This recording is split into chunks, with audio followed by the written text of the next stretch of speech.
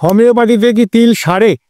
প্রচুর কোশ্চেন পেশেন্টরা যত আসে, প্রায়শই 100 পেশেন্টের মধ্যে ধরুন 4-5 জন পেশেন্টের তো একটাই কোশ্চেন, ডাক্তারবাবু আমার শরীরে তিল ভরে যাচ্ছে, মুখে তিল হয়ে যাচ্ছে, আমার সৌন্দর্য নষ্ট হয়ে যাচ্ছে, এই তিল কি সারবে?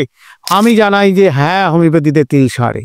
তবে কিছু কিছু তিল আছে যে তিলগুলো সারে না, সেগুলো সম্বন্ধেও আজকের এই ভিডিওতে জানাবো।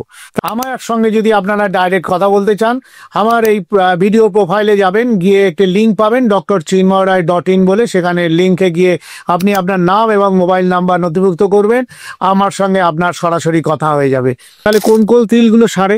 যেগুলো হরমোনাল কারণে হয়, পিগমেন্টেশনের কারণে হয়, সান এক্সপোজারের জন্য হয়, যেমন ছোট ছোট বাদামি এবং ফ্ল্যাট যেগুলো তিল, সেগুলো কিন্তু খুব তাড়াতাড়ি হোমিওপ্যাথি ওষুধ খেলেই সেরে যায়।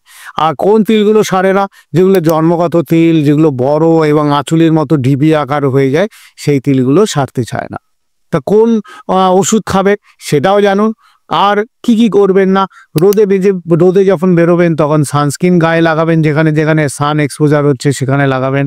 এবং অত্যাধিক যাদের তিল হয়ে গেছে তারা অবশ্যই সানের যাতে এক্সপোজার না হয় তার জন্য ফুল ঢেকে গায়ে রোদে বেরোবেন তাহলে, এবং 40-এর ওপর SPF গায়ে বডি লোশন মেখে গায়ে বেরোবেন, তাহলেও পিগমেন্টেশন এবং সান এক্সপোজারের জন্য যেগুলো হচ্ছে সেগুলো হবে না।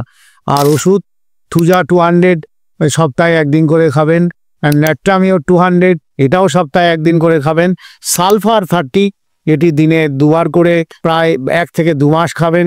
এই সালফার আপনাকে তিল বন্ধ করবে, তিল হতে দেবে না।